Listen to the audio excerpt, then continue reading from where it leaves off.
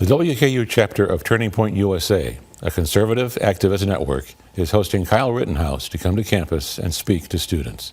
Rittenhouse is the subject of a controversial Wisconsin murder trial from 2021, raising concerns nationally about gun control and racial injustice in the United States.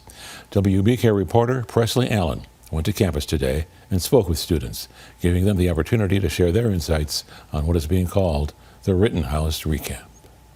It was definitely a shock to see that he was invited to campus. Kyle Rittenhouse will be speaking in this building right behind me tomorrow night. This has sparked a campus-wide debate among students, some advocating his rights to free speech and others critical of Rittenhouse coming onto campus.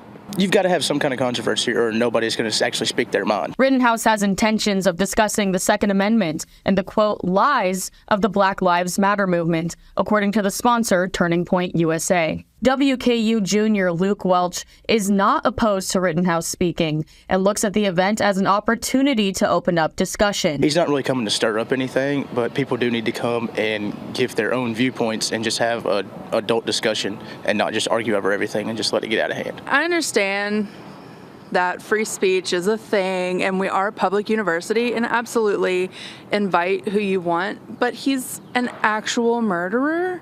He has killed people and served no time. WKU senior Jess Hughes is a supporter of BLM, and although her viewpoints differ from what Rittenhouse will be speaking about, her concerns lie with his past. As someone who is prone to violence and has shown those acts of violence in the past, I don't think he should be allowed to be on campus. So whether or not he believes in the movement, he still did murder people, and there are protests planned. So I do have a lot of worry for my younger friends on campus. Rittenhouse was accused of shooting 3 men, 2 of the incidents turning fatal, but in a 2021 trial was found not guilty of any charges. WKU police officer Paul Burden wants students to know that measures will be put in place to ensure their safety. We've sat down and actually came up with a plan, looked at our different options, different scenarios, invited other law enforcement officers to come help us.